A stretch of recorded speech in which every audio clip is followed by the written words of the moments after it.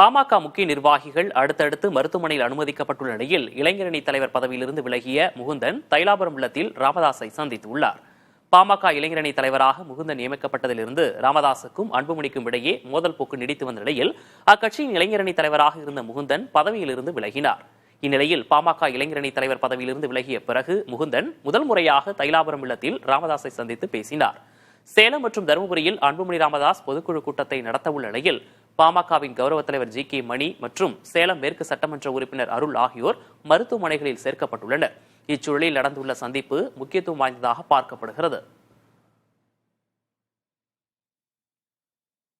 பாமகவை சேர்ந்த 2 சட்டமன்ற உறுப்பினர்கள் அடுத்தடுத்து உடல்நலக்குறைவால் மருத்துவமனையில் அனுமதிக்கப்பட்டுள்ளனர்.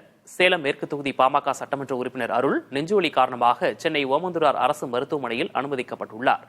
சபாநாயகரை சந்திக்க தலைமைச் செயலகம் வந்த அவருக்கு நெஞ்சுவலி ஏற்பட்டதால் மருத்துவமனைக்கு கொண்டு செல்லப்பட்டார். இதேபோல பாமகவின் கௌரவ தலைவர் ஜி கே மணி வானகரம் தனியார் மருத்துவமனையில் அனுமதிக்கப்பட்டுள்ளார். வழக்கமான மருத்துவ பரிசோதனைகளுக்கு சென்றபோது இதயத்தில் அசாதாரண நிலை இருந்ததால் மருத்துவமனையில் அனுமதிக்கப்பட்டதாக தெரிவிக்கப்பட்டுள்ளது. சேலத்தில் நாளை பாமக பொதுக்குழு கூட்டம் அன்புமணி ராமதாஸ் தலைமையில் நடைபெறவுள்ள நிலையில் இருவரும் மருத்துவமனையில் அனுமதிக்கப்பட்டுள்ளனர்.